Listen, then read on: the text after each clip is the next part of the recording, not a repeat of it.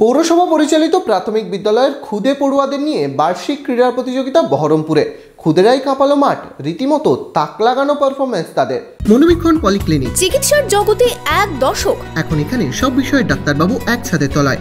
Phone করুন 7477799515 এই নম্বরে। শীতের আমেজে বহরমপুরে খেলার মাঠে খুদেরা। দৌড় থেকে লং জাম্প, হাই জাম্প সহ নানা প্রতিযোগিতায় অংশ নিল প্রাথমিকের পড়ুয়ারা। মঙ্গলবার বহরমপুর পৌরসভা পরিচালিত পৌর প্রাথমিক বিদ্যালয়ের ছাত্রছাত্রীদের নিয়ে বার্ষিক ক্রীড়া প্রতিযোগিতার আয়োজন করা হয়। পৌরসভার 5টি স্কুলের পড়ুয়ারা অংশগ্রহণ করে প্রতিযোগিতায়। 200 আমাদের স্টুডেন্ট এতে পার্টিসিপেট করেছেন। আমরা সকলেই খুবই আনন্দিত এবং উৎসাহিত এদের এত সুন্দরভাবে যে পার্টিসিপেট করেছে এবং প্রত্যেকটি ইভেন্টে এত দক্ষতার সাথে এরা যে দক্ষতার সাথে সাফল্য অর্জন করেছে, এজন্য এদের জীবনে সাফল্য কামনা করি এবং এরা জীবনে আরও উন্নতি হোক, এদের জীবন আরও সুন্দর ও মধুর হোক এই কামনা।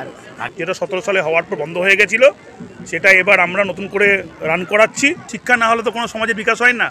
সেই জন্য পৌরসভা এই ধারাবাহিকভাবে স্কুলগুলোকে একটা সময় এরকম হয়েছিল যে আমাদের স্কুল একাডেমি যেগুলো আমাদের শিক্ষা দপ্তর তার অধীনে নিয়ে নিতে চেয়েছিল, কিন্তু পৌরসভা আমরা এটা চাইনি। এটা একটা সেন্টিমেন্ট পৌরসভার।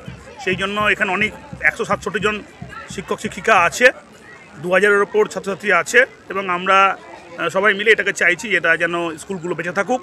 এদিন বিভিন্ন বিভাগে প্রায় 200 জন ছাত্রছাত্রী অংশগ্রহণ করে। এদিন মাঠে গিয়ে খুদেদের উৎসাহিত করেন সদর মহকুমা শাসক শুভঙ্কর রায়, বহরমপুর পৌরসভার chairman Narugopal Mukherjee, vice chairman স্বরূপ সাহা সহ অন্যান্য কাউন্সিলর, স্কুলের শিক্ষক শিক্ষিকারা।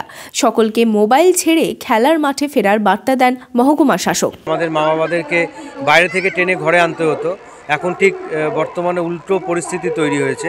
এখন বাচ্চাদেরকে ঠেলে বের করতে হচ্ছে খেলাধুলার জন্য। এটা সকলকে সচেতন হতে হবে।